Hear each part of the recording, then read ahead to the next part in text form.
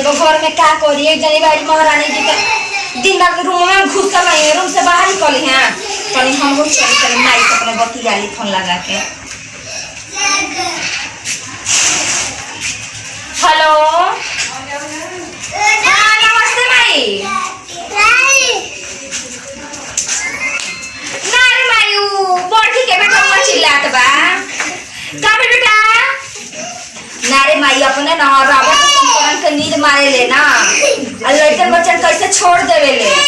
छोड़ से दर घुमल करा कूदल करा बोले अरे जाय दे माई जरूर हमसे का मतलब बा। अब फोन करनी तो लगे हाल चले खातिर तो दुनिया के पंचायत सुने खातिर और जाने तारी माई तोहरे दामाद बबुआ से कहनी है देखी कोनो कुलछनिया सुनत नहीं ने यार धुका लोग के नहीं। हाँ कहनी है ना भैया के सदिया बा ने तो सदिया में पैसा लिए काहे खातिर केहू से उधार लेवे खातिर जइबी 2 बीघा बेच के ना और हाँ तो दामाद को कहना हाँ तो 2 बीघा बेच के जमीनिया और सदिया धूमधाम से कोई देवे अपने साला के। हाँ माई के उसे उधार हो पैसा मत ले अरे माई के का जाने खेत हुआ थोड़ी ना बटाइल बा ऐसे बात सब जोतत बोत अपने मन के खात पियत बा। जब तो तोर बेटी जिंदा बा तब तक कोनो बात बा ज्यादा बोलने लगो तो ये चाकू को मुआ देबे खाना एक में बनेला डालो तो जो हर ओइ में खा के कुछ लोग मर जाइए। ये सुन ले माई ने चित बदरी खिया के कुल मतिया मारेली ऐसे हम उनासा के गोली खिया के नसे में डाल देबे सुतला रही है कुंभकर्ण के नींद मरी है और ये साइन वो करवावा के बेचवा ले। हां माई टेंशन मत रहिए शादी के सारा खर्चा हम उठाई का चीज के खर्चा उठेबो और रख माई कबर सुनत है कि तो साला के शादी करे खातिर 2 कट्ठा खेत बेचवा दे काहे खेतवा तेरा बाप कर लिखल है का ना तो हटा दहेज में दे रहा नहीं खेतवा दहेज में तो के मिलल रहा है ना तो तू भाई कर घर के मालिक खेत बेचो चला ना तो खेत बेचवा के देखावा ना तो तू ही बेचवा के ले हमरे नैहरे काम हमरे भाई के बियाह बा हम बेचवा ना नहीं हो गया माय अथी में थाना में आग लागल बा का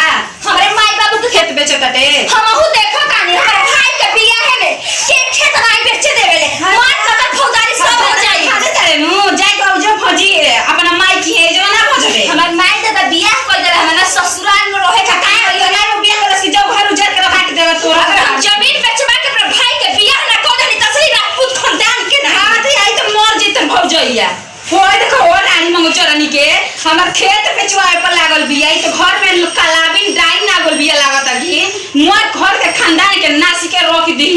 ई मार कत ले शहरी पर शहरी पर होई का ना नाच के रख देली तो घर खानदान ले जी का वाले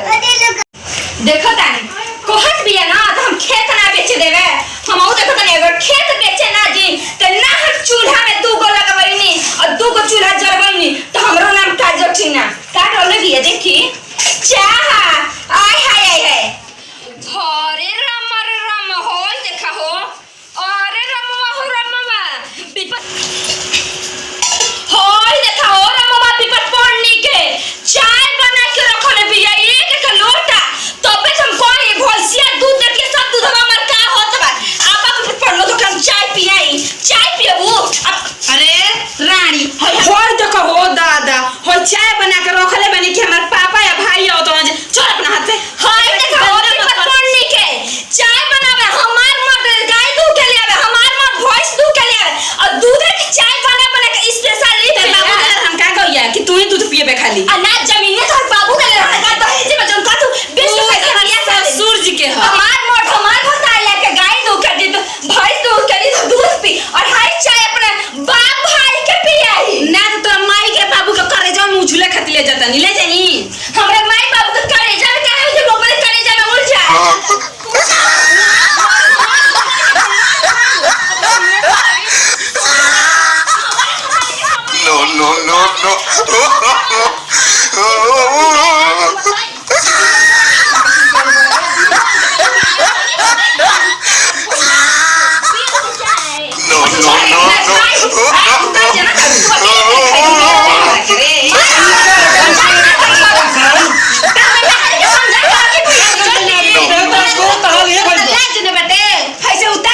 बेटी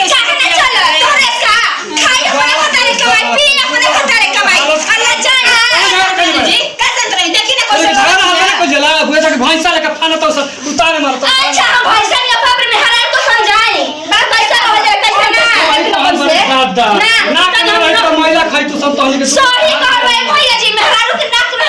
महिला कहता नहीं भैया जी अगर मेहरारू के नाक ना हो तो महिला खाई तू महिला ना खाता रे रोजे काहे अरे जानते बानी हम महिला खाता है छोड़ महिला खाता है उसन खाली हेकर के समझाई ना ये तो भैंसा लगे फाना तो उसन उतार मारता उसन ये पैसे समझता हटा के झाड़ के उसन को तेरे तो खेत बेचवाई भाई खेत बेचवाई जी ना शर्म घर के पी लेत वाली बहुत ज्यादा हाथ पी ले उठा कर बहुत ज्यादा पहले ने भसुर का ससुर के इज्जत तर भला कर खानी काम ना करो मारे के परी का हट ना काई दे पर छोड़ के झाड़ को कर खलो जा लड़ा के जैसे लड़त ये हमारा क्या होता चल दी अजय के ओकर के बोली करा का बोली हम कौन थी कि भाई छोड़ के तावर से काहे कर सब बोली हम हां अपन भैया के बोली खेत बेचवा कहत तारे तो भैया के बाद में समझावल जाई आओ दे भैया के बात हमरा के मुंह से लगावत खइले बहु हां तो सब लड़ा के तनी मन भी हम भी छोड़ तनी के खराब बनी चली ज्यादा नमस्ते प्रणाम हम बनी प्रियंका प्रेस नमस्कार प्रणाम हम काजल सिंह बोलत हनी रउआ सब के वीडियो से कनी वीडियोस कौन खास संदेश ना रहल इस तरह देवरानी जेठानी अपने आपस में कितना लड़ाई झगड़ा करे नी ई सब काम ना करे चाहिए क्या करें जी सही बात है ई सब गलत काम है मिलजुल के रहे चाहिए कि रउआ इतना याद कर ले चाहे शादी हो जाला ना चाहे गरीबे फैमिली में अमीरे फैमिली में कबो बेच के नहीं ना देवल जाए नहीं के लोग चाहे ना तो सब बेच के हमें देके अपना ले चलिए अगर वीडियो अच्छा लगी तो लाइक करब कमेंट करब शेयर करब बेल घंटी दबावल मत भूलिए चलिए ए वीडियो के साथ लेकर विदाई अगले वीडियो में फिर से मिल जाए बाय।